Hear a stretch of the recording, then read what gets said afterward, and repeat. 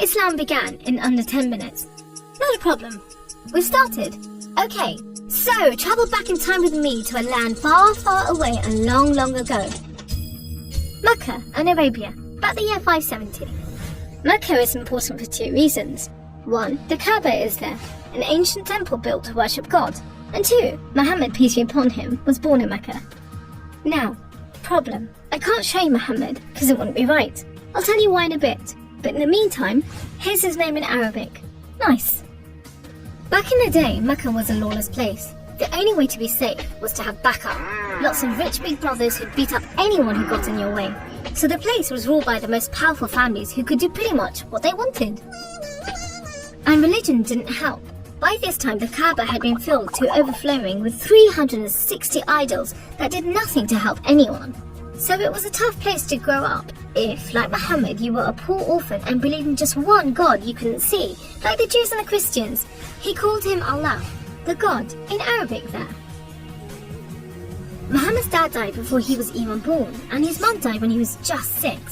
So he was brought up by his grandfather, Abdul Muttalib, and then, when he died too, by his uncle, Abu Talib, who had the respect of the city's ruling families, so Muhammad was safe for the time being.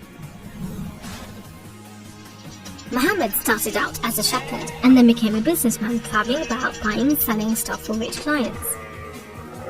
When he did some work for a rich widow called Khadija, she was so impressed by his honesty and skill that they ended up getting married, and for a while it looked like Muhammad was going places. Well, he was, but not how you think. Every year in the month of Ramadan, different calendar, different names for the months, there was a big party around the Kaaba when people made sacrifices to the idols. Muhammad hated it, so he'd get out of town and sleep in a cave he'd found on the top of a nearby mountain. One night, Muhammad's praying to Allah when wham! There's the angel Jibreel, you might say Gabriel, standing right in front of him. Read, says the angel, but Muhammad couldn't read. No schools, you see. Jibreel keeps on at him. 3 times he says, read. Then he grabs hold of Muhammad and wham! Again, it's like Muhammad's learnt the words off by heart. So he recites the message out loud. Read in the name of your Lord, who created man from a drop of blood. Read, for your Lord is most generous. He who taught by the pen, taught man what he did not know. It was a message from Allah. God was speaking to him just like he'd spoken to the prophets in the Jewish and Christian holy books, which meant he was a prophet too. The messages continued for the rest of Muhammad's life. Allah gave him the words to say and the prophet recited them. The words were written down by his friends, and years later they were collected together and became the Muslim holy book, the Quran, which means recitation, because Muhammad recited it, you see? Anyway, that was much later, so back to the night of power. Muhammad tells his family, then his friends, and eventually everyone about Allah, that he's the one and only God, that he wants everyone to be treated fairly, and long story short, it didn't go down well with the ruling families of Mecca, who liked things just the way they were. Thank you very much. You see, Islam means obedience to Allah, and Muslim means someone who obeys Allah, and the ruling families didn't want anyone obeying anyone else but them. So the people who believed in Muhammad's message, the Muslims, were given a hard time.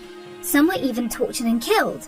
A few of them managed to escape to Abyssinia, Ethiopia, but most were stuck in Mecca. Muhammad also had to cope with the death of his wife, and then just a few weeks later, his uncle too. Feeling very down, he went to the Kaaba to pray to Allah one night. Then, the weirdest thing happened. Jibreel turns up, sits him on a winged horse called Al-Buraq and flies him all the way from Mecca to Jerusalem. He prays with all the prophets who have ever lived. Then, he's taken up to the heavens to chat with some of the prophets, and then into paradise itself, where Allah tells Muhammad to pray 5 times a day and to stay strong. He's returned to Jerusalem and then flies back to the Kaaba in Mecca. We call it the night journey, and Muslims still argue whether it was a real experience or a vision, but whatever, it gave Muhammad a much needed boost, and just as well, because there were more tough times ahead. So, there was this other city called Yathrib. The people there heard about Muhammad and his message, and invited him and his followers to join them. A few at a time, the Muslims left Mecca and made a dangerous journey across the desert to Yathrib. It's known as a hijra, which means migration, you know, like birds do. Muhammad and a few of his friends stayed in Mecca until everyone had got away and then made plans for their own escape. But the ruling families wanted to kill Muhammad while they still could, so 7 sons, one from each family, was sent in the middle of the night to stab the Prophet while he slept. But he was way ahead of them, and when they burst into the house, Muhammad was gone. Trackers were sent out to hunt him down. Muhammad and his best friend Abu Bakr took a roundabout route to try and shake off the pursuit, but the trackers were too good and slowly gained on them. So Muhammad and Abu Bakr hid in a cave and prayed that no one found them. The trackers found the cave all right, but they didn't bother going in to search. There was no way Muhammad could be inside, they thought. There was a spider's web over the mouth of the cave and a nesting bird at the entrance. He must have given them the slip. So off they went, leaving Muhammad and Abu Bakr protected by a spider and a bird. Muhammad made it safely to Yathrib, which was renamed Medina al-Nabi, the city of the Prophet, but most people just call it Medina. But Muhammad's worries weren't over yet. There were 3 big battles between the Muslims and the Meccans. First, the Battle of Badr, when Muhammad and just 313 men faced 1,000 Meccan soldiers. Miraculously, the Muslims won.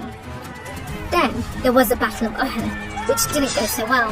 Some of Muhammad's men disobeyed his orders and ran off during the battle to raid the Meccans' camp, and so the Muslims were outmaneuvered. Then there was the Battle of the Trench. Medina was protected on 3 sides by mountains, so when the Meccan forces advanced in the city, the Muslims just dug a deep trench. The Meccans made camp, but the weather was terrible. Pouring rain put out their fires and howling winds blew down their tents. Eventually they gave up and went back to Mecca. It was all a bit embarrassing. They were losing the respect of the local tribes who were flocking to join the Muslims. So a peace treaty was signed at Hudaybiyah. But it wasn't long before the Meccans broke it. Muhammad decided that enough was enough. By now he had over 10,000 men, so he led them across the desert to Mecca. The ruling families realized they'd made a huge mistake, but it was too late. All they could do was surrender and hope that the Muslim army killed them quickly.